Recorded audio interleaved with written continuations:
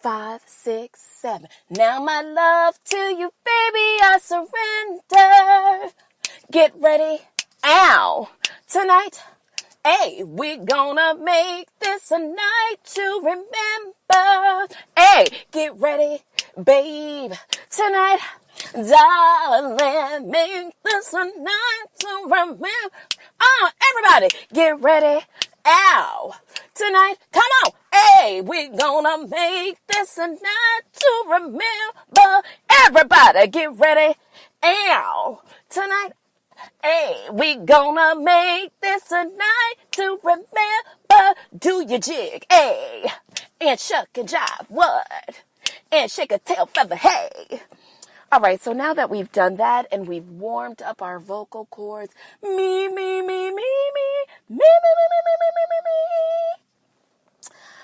Oh, you guys, welcome to an all-new episode of A Seat at the Table podcast. Baby, there's always a seat at the table for you.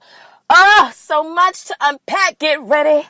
Ow. Tonight, come on. We gonna make this a, What's up, everybody? Hey, do a jig on the train. Hey, smoke your weed before you get on the plane. Hey. You guys, I love it when we love, we laugh, we embrace. Welcome to an all new episode of A Seat at the Table podcast. Just what for you. Now, I know that it's been a couple of weeks, but listen, as I told you, I will never deliver anything to you out of a sense of obligation or because I feel like I'm doing you a favor. If there is not good intentions and vibes and the frequency is not there, you're not getting a show. Okay? Because listen, let's keep it 100. All right. Close your eyes for a minute. Think about anytime anyone has ever done anything for you and they didn't want to do it. Isn't that like some of the most shittiest shit? Have you ever tasted somebody's food who didn't feel like cooking? Have you ever had something done for you by someone who didn't feel like doing that shit? And what a catastrophe that was? Girl, honey, sir, I won't ever do that to you. Why? Because I love you and you mean the world to me, okay? Welcome to A Seat at the Table podcast. You can find us on Instagram, A Seat at the Table pod, all one word. You can also find me on Twitter, Galanda Adams. Excuse me. First of all, I know that I don't give you too much on Twitter, but you don't give a lot either, honey, so don't be shaking and rolling your eyes at me like, oh, okay. Girl, it's so good that we have come back together and we're able to embrace. You know what I love about our relationship? I love a relationship that can have a little bit of separation because sometimes it's necessary, right? A little bit of separation, but when you get back together, you just, I've been going for a minute and I've been with ow. Okay, all right. So much to unpack, so much to talk about. You guys, first of all, I've missed you. Second of all, I'm so glad to be back with you. Third of all, child, the ratchetry that has gone on in the past couple of weeks. Oh my goodness. All right. I'm not even going to hold you because there is, like I said, a lot for us to unpack. So let me just get into it real smooth. Can I tell y'all about a little dating snafu that I had? All right, let me just get right into it. So, first of all, y'all, for those who know me, you guys know that I go to the Planet that is Fit, okay? It is cheap.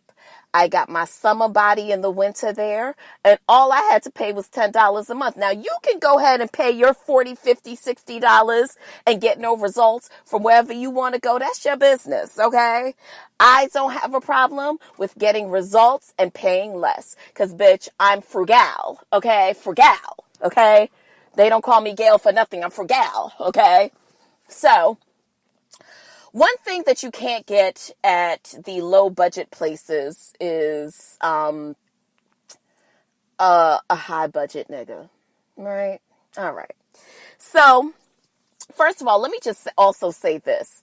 maybe you just shouldn't date at the gym. And maybe that's just a message to me. Don't date at the gym, bitch, because every nigga that you've ever met at the gym has only proven himself to be a glad trash bag, okay?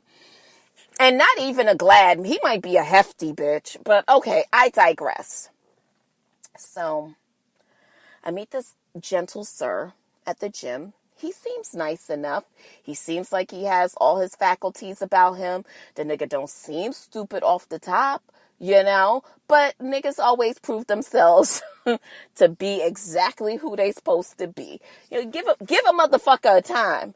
Give a nigga a time. For all you girls that like to rush to the finish line with these niggas, give a nigga a minute. He'll show you exactly who he is. Anywho.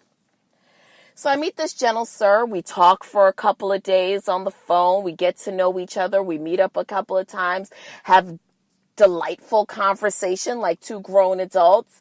The first time that I actually go to have like a real meetup, not just like a meetup to talk, but like an actual like, oh, we finna go out on a date type shit with this nigga. Do you know this nigga says, all right, hold on to your wigs, girls. He reveals to me that he's married. What the fuck is wrong with you niggas? I stepped away from that nigga like he had the bubonic plague, okay? Now, listen, I am not out here to judge. For you girls that like yourselves a good married man or married lady, go on ahead and have that. I respect the sanctity of marriage too much to be engaged in coital relationships or any kind of relationship with a married man. I just don't. There's so much dick. There's a plethora of dick out here. Why would I need the already taken dick? I don't need that. First of all, his revelation was,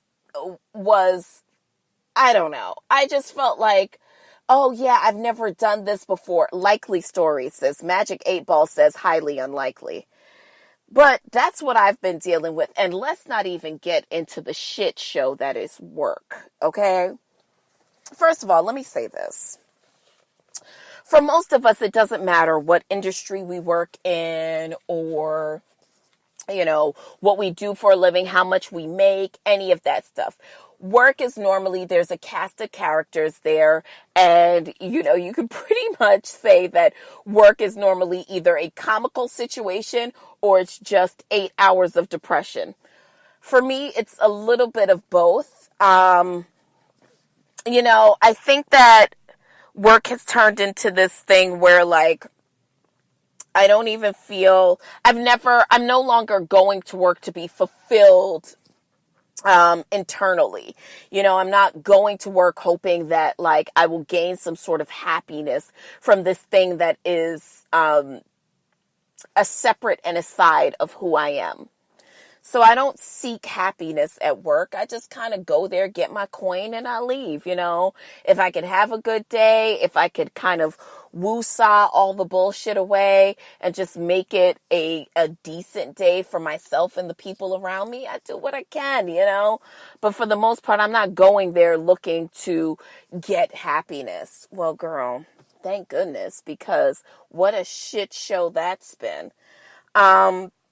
I think for me, one of the things that I recognized a long time ago in my career is that I feel like once you get to a certain pinnacle and there feels like there's nowhere else for you to go, it might be time to maybe even seek out a new challenge. So that's kind of where I'm stuck in between right now. Maybe I need to just go on ahead and do something else, Maybe that might be cute for me. I don't know. I think the problem is, though, what shall I do?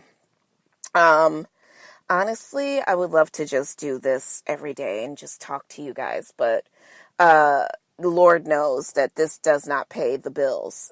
Neither does my job, but what are you going to do? So what's going on with you? How's that job of yours going? How's the side business going? Oh, I think one of the things that I'm realizing is, oh God, you guys, isn't it too early in the conversation for depth? Is it too early? All right. So I'm going to keep it 100 with you, as the kids would say. I realized some time ago that I might be a self-sabotager. I know. What does that mean exactly? So I don't know. I just feel like a lot of times, I tend to allow things that are, I guess what one would call internal sufferings or struggles, depression, anxiety, procrastination, all those things that allow you to withhold from the participation in life. I allow those things sometimes to really grab a hold of me and keep me from doing the things that I not only feel like I want to do, but are necessary for me to, kind of get to fulfilling my purpose in life. So one of the things that I've recognized about my anxiety and about my depression and also about my self-sabotage is, it's funny how what I've been doing lately is as I see things in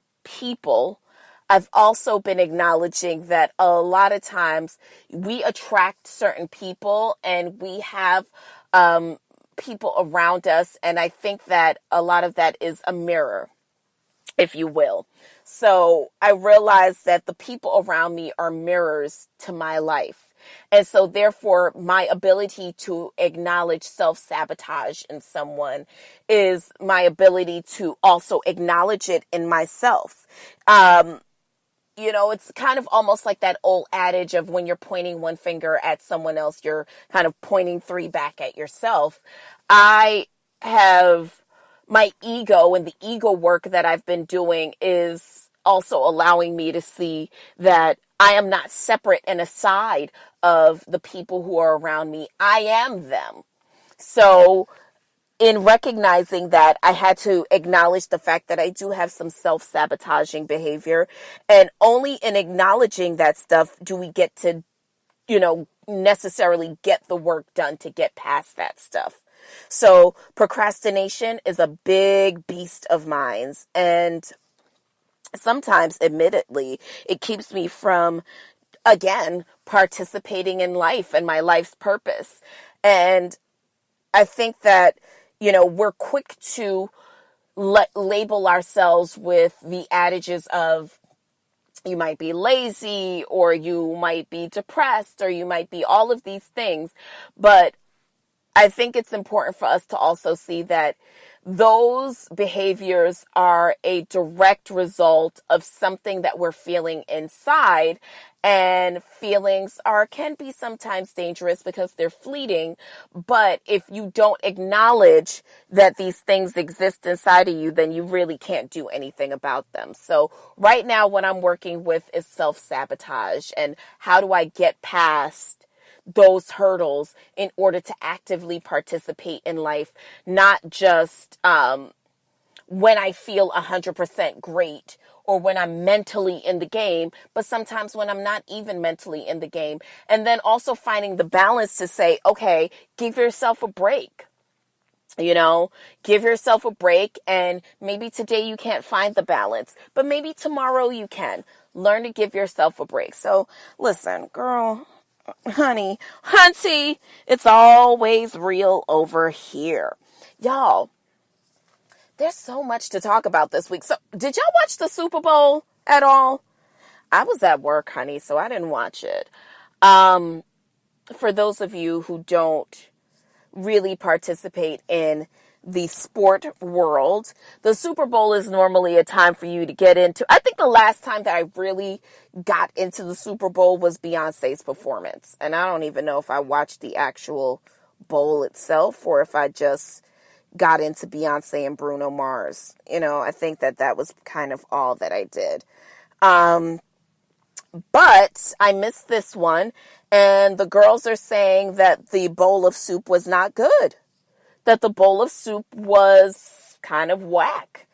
Now, for all of you who are riding along with Colin Kaepernick, all right.